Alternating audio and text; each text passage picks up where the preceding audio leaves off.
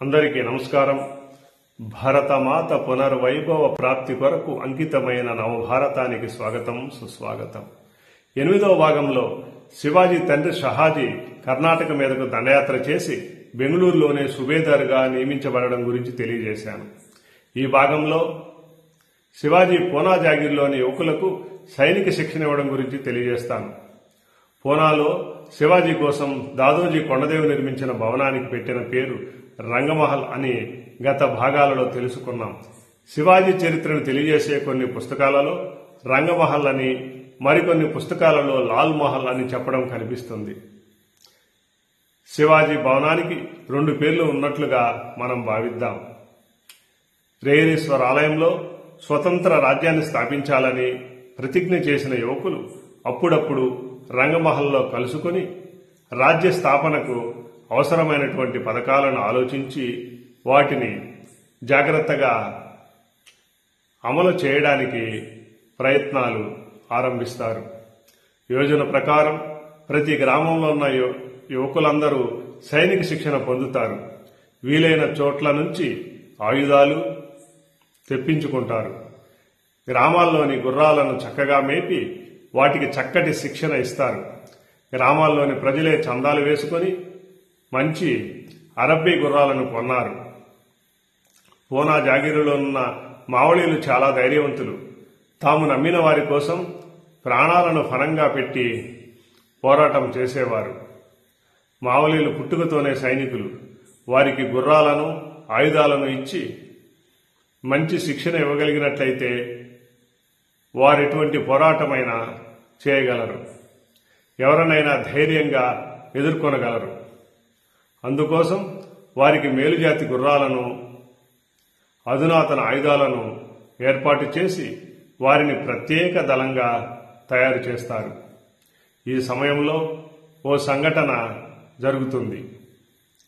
బీజాపూర్ సైనిక గస్తీ దళం ఒకటి పూనా జాగీర్ సరిహద్దుల్లో విడిది దిగుతుంది.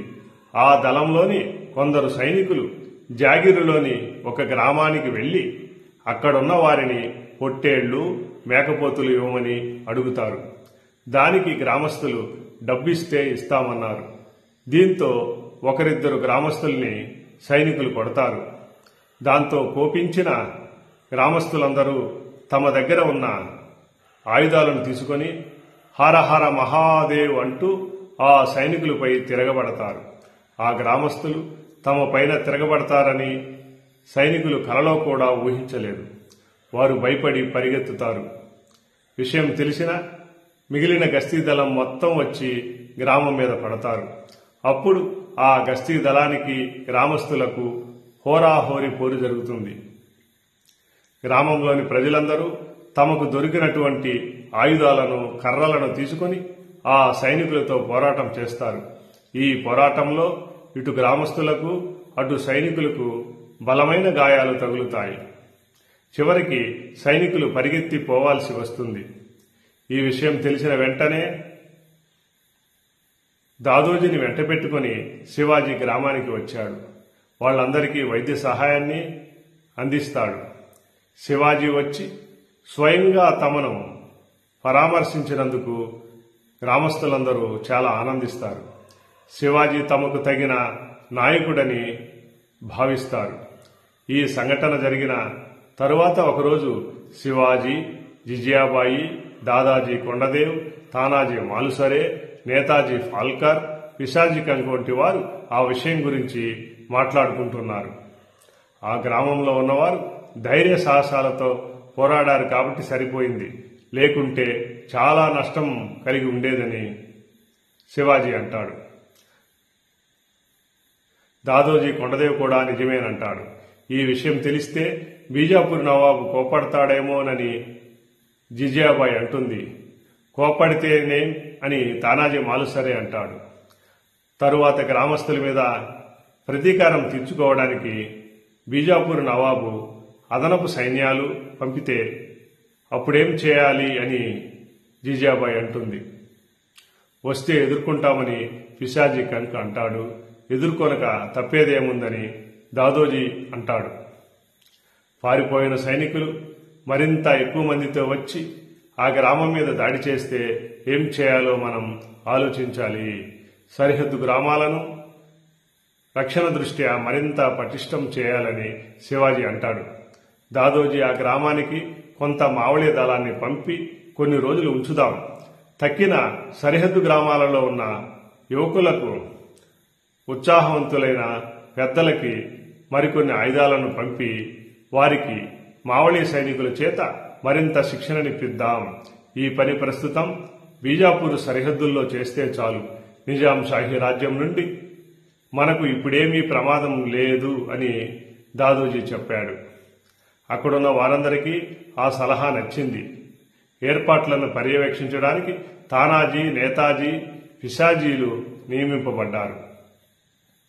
వారందరూ నాటి నుండి శివాజీ యొక్క సేనానులయ్యారు. తరువాత బీజాపూర్ సరిహద్దుల్లో కొన్ని చిన్న చిన్న సంఘటనలు జరిగాయి. వాటి వల్ల పూనా జాగీర్లో వచ్చిన మార్పును బీజాపూర్ సరిహద్దుల్లో ఉన్న గస్తీ సైనికులు తెలుసుకుంటారు. వారిక్కడి విషయాలను తీసుకుని వెళ్లి బీజాపూర్ మంత్రి అయిన ముస్తాఫా ఖాన్కు చెప్పారు. పూనా జాగీరులో ప్రతి గ్రామంలోనూ సైనిక శిక్షణ ఇస్తున్నారని, వారందరూ కొత్త కొత్త ఆయుధాలను, గుర్రాలను ఉపయోగిస్తున్నారని, ఆ జాగీరులో చిన్న సైన్యం కూడా తయారు చేయబడుతుందని, శివాజీని జాగీరులో ఉన్న ప్రజలందరూ తమ రాజుగా భావిస్తున్నారని, ఇదే విధంగా జరిగితే కొన్నాళ్లకు పూనా జాగీర్ బీజాపూర్ సంస్థానానికి పక్కలో బల్లెం కాగలదని వేగులవారు బీజాపూర్ మంత్రి అయిన ముస్తాఫా ఖాన్కు చెప్తారు. ముస్తాఫా ఖాన్ ఈ విషయాలన్నింటినీ నవాబు ఆదిల్ షాకు తెలియజేసి ఇప్పుడే శివాజీని అణిచివేయాలి అంటాడు. అందుకు ఆదిల్ షా నవ్వి, పిల్లవాడతడు, మనల్ని ఏం చేయగలడని అంటాడు. ఆ జాగీరు ఒక బొటన వేలంత కూడా లేదు అన్నాడు నవాబు. ముస్తాఫా ఖాన్ అప్పుడేమీ బదులు చెప్పలేకపోయాడు. ఒకరోజు శివాజీ దాదోజీ కొండదేవుతో, మన జాగీరులో ఉన్న కోటలని మనం బాగు చేసుకుంటే బాగుంటుంది కదా అంటాడు. శివాజీ మాటలకు దాదోజీకి ఎంతో ఆనందం కలిగింది. శివాజీకి అప్పుడు నిండా 12 సంవత్సరాలు కూడా పూర్తి కాలేదు. ఏ విషయమైనా శివాజీ చాలా సూక్ష్మంగా ఆలోచిస్తున్నాడు. అందుకే వృద్ధుడైన దాదోజీ కొండదేవ్కు శివాజీ అంటే చాలా ఇష్టం. ఆనాటి నుంచి జాగీరులో ఉన్న చిన్న చిన్న కోటలను బాగు చేయడం మొదలు పెడతారు. ఆయా ప్రాంతాల ప్రజలందరూ ఆ కోటల పునర్నిర్మాణానికి స్వచ్ఛందంగా పూనుకొంటారు. ఇది చూస్తున్న దాదోజీ కొండదేవ్కు మహారాష్ట్ర పౌరుషం ఇంకా బ్రతికే ఉందనిపిస్తుంది. శివాజీ రాత్రనక పగలనక విరామం లేకుండా తిరిగి కష్టపడుతున్నాడు. శివాజీని జిజాబాయి దగ్గరుండి ప్రోత్సహించింది. నేతాజీ, తానాజీ, పిశాజీ వంటి యువ నాయకులందరూ శివాజీకి తోడుగా ఉంటూ ప్రజల్ని చైతన్యపరిచారు. ఇదే సమయంలో బీజాపూర్ నవాబును కదిలించగలిగే మరొక సంఘటన కూడా జరిగింది. బీజాపూర్ సరిహద్దుల్లోనున్న ఇంకో గస్తీ దళానికి చెందిన సైనికులు కూర్చొని విశ్రాంతి తీసుకుంటున్నారు.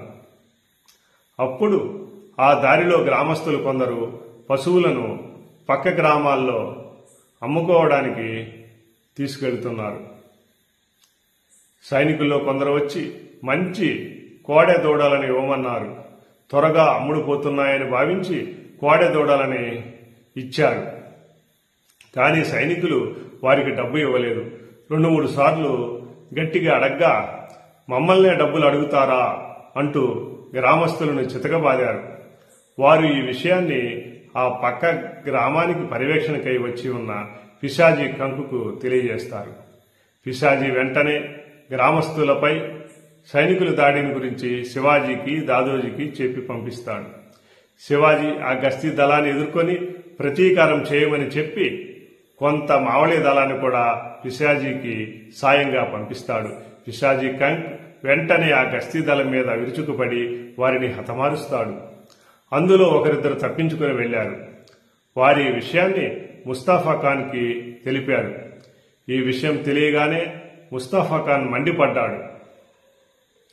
నవాబు దగ్గరికి వెళ్లి, ఇప్పటికే ఆలస్యమైంది, శివాజీ రోజురోజుకి సైన్యాన్ని నిర్మాణం చేసుకుని కోటలను పునర్నిర్మాణం చేసి సంస్థానంపై తిరుగుబాటుకు సిద్ధపడుతున్నాడని, దీన్ని చిన్న విషయంగా భావించకూడదని నవాబుకి గట్టిగా చెప్తాడు. నవాబు కూడా ముస్తఫా ఖాన్ చెప్పిన మాటల్లో ఉన్న వాస్తవాన్ని గుర్తిస్తాడు. ముస్తఫా ఖాన్ నవాబుతో ఇక ఊరుకుంటే లాభం లేదు, ఆజ్ఞ ఇస్తే ఒక్క నిమిషంలో శివాజీని, అతని జాగీరును నేలమట్టం చేస్తానంటాడు. కానీ నవాబు తొందరపడలేదు. అతడొక విషయాన్ని ఆలోచించవలసి వచ్చింది. శివాజీ తండ్రి షహాజీ తన ప్రతినిధిగా బెంగళూరులో పరిపాలన చేస్తున్నాడు. అతను మహారాష్ట్ర నాయకుల్లో ప్రముఖుడు. ఇప్పుడు గనుక శివాజీని ఏదైనా అంటే షహాజీకి కోపం రావచ్చని ఆలోచిస్తాడు. అందువల్ల శివాజీ ప్రవర్తన గురించి షహాజీకి చెప్పి పంపి కుమారుని మందలించి అదుపులో పెట్టమంటే సరిపోతుంది కదా అన్నాడు. ముస్తఫా ఖాన్కు హిందూ నాయకుడైన షహాజీ అంటే ఇష్టం లేదు. కానీ నవాబు ఆదిల్ షా మాటలకు అతడు అడ్డు చెప్పలేకపోయాడు. ఒకవేళ ఆ కుర్రవాడు తండ్రి మాట కూడా వినకపోతే అన్నాడు ముస్తఫా ఖాన్. విననప్పుడు చూద్దాం, అప్పుడు ఉండనే ఉంది కదా దండనాయుధం అంటూ నవ్వుతాడు నవాబు ఆదిల్ షా. అలాగే చేస్తాను అంటూ ముస్తఫా ఖాన్ వెళ్లిపోయాడు. 10వ భాగంలో బీజాపూర్ నవాబు షహాజీకి లేఖ రాసి శివాజీని పిలిపించి మందలించమని చెప్పడం గురించి వివరిస్తాను.